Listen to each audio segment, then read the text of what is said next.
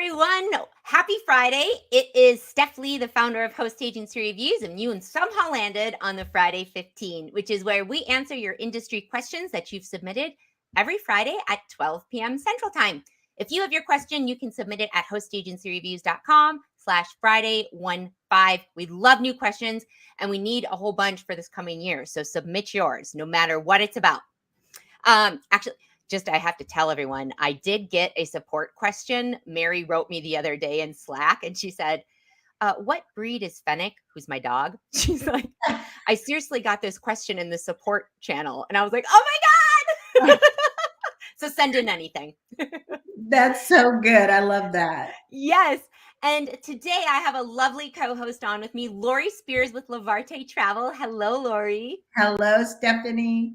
You guys might have recognized Lori's voice or her face if you're watching on YouTube, but she's been a co-host quite a bit the last, quite a few months. So we have got a lot of great questions today. But first, before we go into it, this is the Friday before Host Week. Host Week starts the 23rd of January through the 27th. I was just telling Lori, we have over 1,600 registrants right now. There are 45 plus exclusive Host Week specials for registrants. We have 24 free educational sessions. There are 32 host interviews, 7 consortia interviews. We have our Luminary Awards, and then we are also doing a top secret launch for a new program we've been working on at Host Agency Reviews. So you do not want to miss out. We'll put the link in the comments, but it's hostagencyreviews.com/hostweek. Yes, very excited about it. And Lori, do you know what day your interview is on? I do. I know because I've been telling all of our advisors about it, not just my interview, but the whole week. Mine is the 24th of January at 1:37 p.m. Don't be late. Right. I'm very excited. I'm excited for the whole week. I don't know how I'm going to get any work done because I want to be plugged in the whole week. I mean, 30 interviews at different host agencies. I love that. But I'm real excited for the educational part too. Yes, there's tons. There's a huge variety of educational items, and they're for new advisors and experienced advisors. So no matter what your level is, there's stuff in there. So make sure to check out the agenda at hostagencyreviews.com/hostweek. Well, let's see, Lori. Let's dive into our first question. So this is from Milky. Okay, so there's 2 questions that are asked here. Let's start with the first one. Am I allowed to work for multiple host agency companies? And the answer to that is yes, a big fat yes. You know, some of your hosts might say that they don't want you to work for another host agency. Legally, if you're an independent contractor, that's the definition of an independent contractor. You can work for whoever you want, and you can work for more than one. Absolutely. Yes. And just to get a little more information out about that, Milky. So like Lori said, the independent contractor, being classified as an independent contractor and making sure your host is following those rules is incredibly important. And here's why. Because if they get audited by the Department of Labor or the IRS, there's 2 different entities that they can get audited by. And if either of those entities find that, they're really acting more like employees and telling them what to do than independent contractors, there can be a lot of back fines and back taxes that they have to pay. So when you're an independent contractor, your host agency isn't paying taxes for you, which means that if they found that you're actually an employee, they have to pay those employee taxes backwards. And that can really put a dent in the financials of a host agency. And that's why it's important not just that the host follow it, but that hosts or that agents joining a host agency ensure that their host agency is treating them like an independent contractor. I love that definition. Yeah, and I'm going to put some links into that independent contractor misclassification so you can take a look at it. And the other thing I wanted to mention, Lori, and maybe I don't know if you have anything to speak on this, but you can join more than one host agency. And during our annual surveys we put out, we do ask this, and it's a small percentage that belong to more than one host agencies, but there are some downfalls to it. And Lori, maybe you can speak to what some of the downfalls are that you've seen if someone is aligning with more than one host, like things like they don't have the strong relationships, or you're not Right. seeing their Right. full Well, sales. a lot of host agencies will have their own incentive programs. That's Mhm. one where you could be part of their president's club. For example, at Levarte, our top 5 producers go on a all expense trip for 2 on a river cruise for 7 nights. I can't wait to And come, Lori. I know. And they get that because of their productivity, but we have different levels in our host agency at Levarte, and each level has something that they are incentivized. If it's a gift card or if it's or a trip. So every level has a goal to reach. So if you're spreading your bookings out all over, you might be missing out on something like that. Mhm. Some host agencies award you with a higher commission percentage when you earn your IATA card.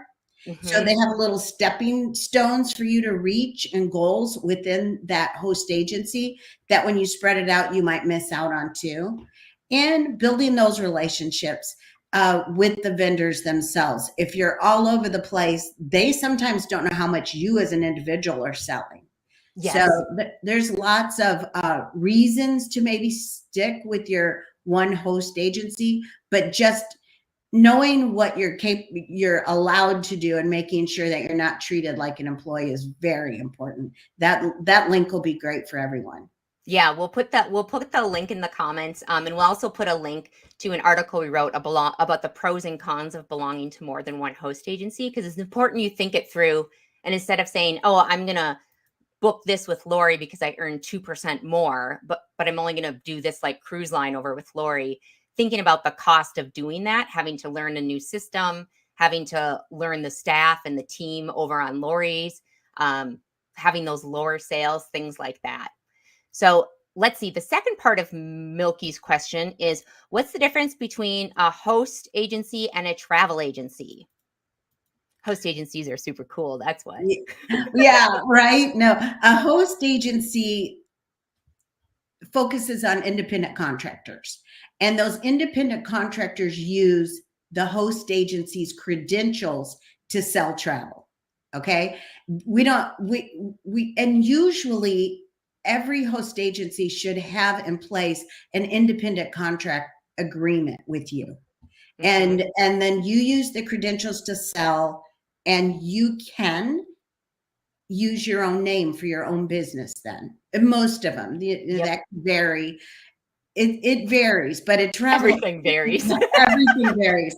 A travel agency that is not necessarily storefront, but maybe isn't considered a host, usually has W-2 employees. They're not independent contractors, and they really don't let other people sell under their credentials unless they work for them. Hmm. That's one of Yeah. the biggest differences. Can you think of another one?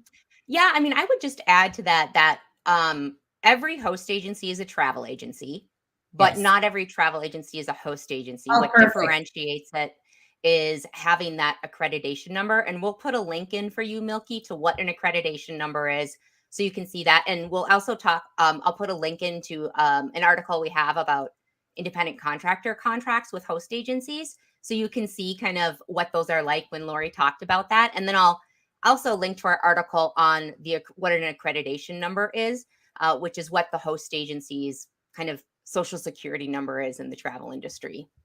And host agencies vary too.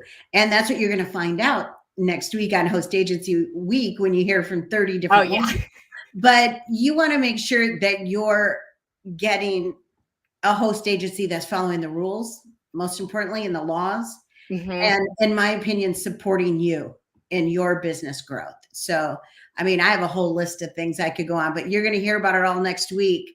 And partnering with the right host agency is also very important. Yes, exactly. All right, this next question is actually a doozy, because there are very few that come in where I'm like, I'm not entirely sure about this. I have to reach out and ask a bunch of people. So this one I did, but let's get to it. So it's from Kristen. Kristen says, a host said my clients have to all be based in the US, which seems wild for a travel agency. I have connections all over the world, which will hopefully continue to grow as my travel business grows.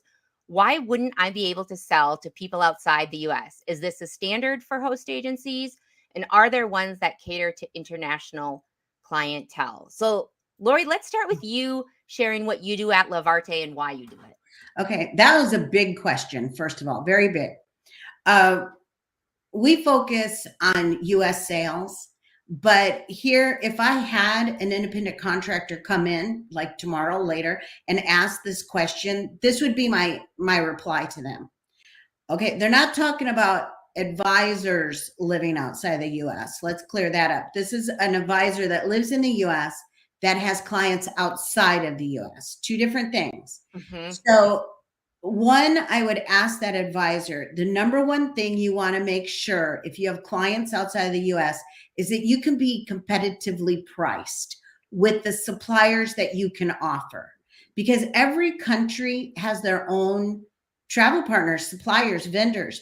And us being a US based company, we might not have relationships with those vendors. Mm-hmm. So you have these clients, let's say in Mexico, let's just use Mexico, our neighbor country. You have clients in Mexico and you're trying to sell them packages from the US that might be priced higher than a supplier in Mexico would for Mexican travel agencies. So that's the one thing you have to consider if you can be competitive. Another thing you need to consider is some suppliers don't allow it. So it's per supplier. And some suppliers don't really come out and say we don't allow it until it's time to take a credit card payment. And then you hear they don't allow international credit cards. Mm-hmm. So there's some hurdles, there's some hoops you're going to have to jump through. So I would make sure you have the answers to all of those. Number one, are you going to be competitively priced? Because that's going to be the biggest. And then can you actually book here for someone out of the country? So you want, and that's depends on each individual vendor you want to book with. So that's my answer to it. So I would tell somebody that had that, you might want to be careful building that clientele outside of the US unless you know that you can really do this. Because the last thing you want to do is sell yourself to someone and then not be able to give them what they need as a client. And, you know, then your name is not golden anymore. Mm-hmm, exactly. And I reached out to a bunch of host agencies to check on this because my experience when I worked at a host agency was it depended on the vendor. And it was more on the vendor side. It could also be on the host agency side though too, but it was more about price integrity when Lori's talking about in Mexico, it might be priced lower than say the US market. Because I actually had someone call me when I was working at a host agency that was kind of looking to exploit this loophole that's in there where they wanted to, the pricing was better for US citizens than it was in Australia. And they were like, I could become an agency in the United States, access these, book my Australian clients on these cruise ships and save them like 20%, which is, you know, very smart. And I think the cruise lines caught on because it's a lot of the cruise lines that don't allow. That is true. They like their market share to stay in the country that it's supposed to be in. So Yeah. yeah, they caught on to that. Yeah, the pricing integrity is really important. But let me share with everyone what some other host agencies said. So, Kristen, it isn't, there are ones that do take international bookings, but again, it is going to depend on the vendor. And like Lori said, you might have to take some extra steps. So there's no standard across host agencies. But let's see, we heard from outside agents, and they said it's the trade agreements with many of the vendors, especially those in the cruise sector, and also the legal reach. In the event of a problem, they wouldn't be able to pursue any legal action if the person was outside the United States, or at least not very easily. Travel Planners International, they sell to international clients.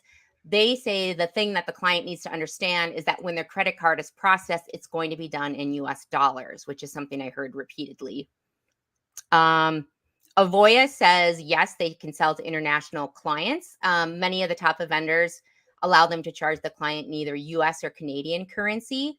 However, some vendors have conditions that prevent international clients from booking with an American-based host agency. And that has to do with the local laws that govern the sale of travel to citizens and residents of certain countries. So I would compare that to like the seller of travel licensing we have And here in the United States. that's another really good thing. In some countries, to sell to their citizens of that country, you have to be licensed to sell. Canada is like that. Mm-hmm. You can, like, I have a lot of Canadians that come to me personally for travel, but I can't sell to them because I'm not a licensed seller of travel for Canada. So, Yes. I mean, we have that within the United States. A lot of people don't know. I can't sell to a California resident unless, and we are seller travel for California. So it's like that in other countries as well. So checking the license is also another good thing. Yeah, which starts to get a huge headache once you start thinking about that. But we'll put a link into the seller of travel licensing article. So if anyone's not familiar with it, you can read up and get a little bit more information on that. But let me see what else we have in here. Yes, so like Travel Edge, who's based in Canada, but also works with US advisors. They're the same thing. You can book international, but the clients can only pay in US dollars or Canadian dollars. KHM Travel Group, they go by kind of the tour operator and cruise lines terms and conditions. And if they accept the client's passport and immigration information and credit card, then the agents can book it. Travel Quest says it comes down to risk. When you open up to the world, you open up yourself to many risks. And then, yeah, they're talking about chargebacks. It's better to have it's harder to prosecute if it's outside the United States. Uniglobe Travel Center said the supplier doesn't allow it because they have different agreements in different countries. Many of our suppliers allow us to book clients in North America, but not all. None allow us to book clients in any other countries unless they are departing from a U.S. destination and paying in U.S. currency. And then again, always, if it's going to be paid, it has to be in U.S. dollars. And I think that has to do with that loophole that the Australian agency was trying to exploit. And then the last one we got is from Montecito Village Travel, and they said that the suppliers have different pricing for different markets. And yeah, this is the same thing with the Australian US example I gave. Having that different pricing creates issues for the suppliers. And then the issues for the payments, what currency do you accept it in? So there's just a lot. It's kind of a bit of a Pandora's box once you open. So Kristen, that was a long answer, but hopefully that helps you see that there's host agencies take a broad range of approaches to it, but a lot of it has to do with the supplier side. They don't allow it. Or if they do, you have to pay in a certain amount. You have to pay in a certain currency. Exactly. Whew, that was a doozy, Lori. It was a good one though. And it was. I love that questions that come to you. That's one of my favorite I do too. That we get to talk about this is amazing. I know, it's like a stumper. I really liked it. So thank you for submitting that, Kristen. Last one comes from Chris. Chris says, "Hi, I'm a huge fan of your content. I'm an avid follower and reader. Thank you. I recently started a golf travel media company that also helps golfers plan trips. I am an independent travel agent. I maintain a blog and social media accounts that profile golf courses. We recently became a registered LLC, and we're wondering how expensing golf experiences work. The two of us travel to golf courses and document our experience. We currently do not generate any revenue, but just paid a company to create our logo and branding design. We plan on eventually making money through website advertising from the golf articles, as well as through merch sales and travel planning. We are confused as to what we can expense. Because our niche is golf media, does that mean our trips to the golf course can be expensed? Airfare, golf rounds, meals, lodging, equipment, etc. Looking forward to hearing from you. Keep up the great work, Chris." Lori, thoughts on this one? Golfer's dream position, I know. Right? But it sounds like you're doing a lot of things besides just travel planning. And it sounds like it's covering a lot of different things. And this is my go-to, but it's really, really true. You need to consult a tax advisor. And there's a fine line between hobby and a business. And you need to follow those restrictions or requirements so you fall within the one that can legally say that you can write this off. because you're going to be real borderline with selling the merch and then doing some other things too, and website and also travel planning. So I would really get some good advice on this about the differences between business and hobby, Yep. and make sure that you're in those same perimeters that's required so you could actually write those things off. And this isn't only for golf. I think this applies to any independent contractors, travel business, any of you CEOs of your own businesses, what you can write off and what you can't. You need to have that conversation with your tax consultant as well about hobby and business, and make sure you're falling in the right perimeters so you can write those things off. It's not just, oh, I'm in the travel business. I hear this a lot on advertisements. And this really is one of those things that makes the hair on my neck stand up. You can't just write everything off because you're in the travel business. That would be so wonderful. You really have to make sure you're following the rules, and you need to know what those are. Knowing your tax laws should be the number one thing on your business plan and your business model when you decided to get into this business. You don't just get to make them up or think because somebody said. You really want to find out what those are. You might learn something. I know we, as a host agency, have a lot of tax people come on, and we do webinars, and they can ask them questions. Yeah. So we try to offer that service, but we don't try to provide it because I'm in the travel business, not the tax business. Very different businesses. Yeah. Yeah, we'll put a link into the IRS has very specific guidelines on what's a hobby versus what's an actual business. So we'll link to that in the show notes. I also want to, as we're like talking tax things, because I agree with Lori, everything she said. And when you do take these trips, you are going to be, because you do have such a broad reach with your company on what you're looking to do, make sure you're really documenting very carefully what exactly you're doing on those trips. That makes it so you're writing off. If you're just golfing every day, I don't know if that would be a write-off. But let me show you on the site too. So we have this great resource now that, let's see, tax expenses, I think. I just want to plug Host Agency Review for their links and information. I think I do this every time I'm on, but I love it. I know. I am in here all the time if I have a question. Show the search bar where you go get this stuff. To me, it's amazing, and everybody should be living in here. So I love Lori as a co-host. All she does is she just makes my self-esteem skyrocket. It's so true. It's changed my life. I can't even tell you. Yay. Well, if you go up in the search bar on the top, if you're watching on YouTube, you'll be able to see this. If you're listening in, go to the search bar, type in tax expenses. We go very in depth, and we just redid this for 2023 on the tax expenses you can and can't write off, because it can be a tricky if you're, let's say you go on a family vacation and 2 of the days you spend touring resorts. Like, how do you break that down? The whole trip is not tax deductible, but a portion of it is. So we walk you through that. There's also a free tax organizer in here, which is really nice to make sure you don't. So you're gathering all the information you and your accountant will need for your write-offs. So feel free to download that. But it also goes really in depth. So for those of you that are into cruises, so one of the interesting things that we discovered a couple of years ago that I hadn't heard anywhere else before, but we were going through kind of the tax code or something.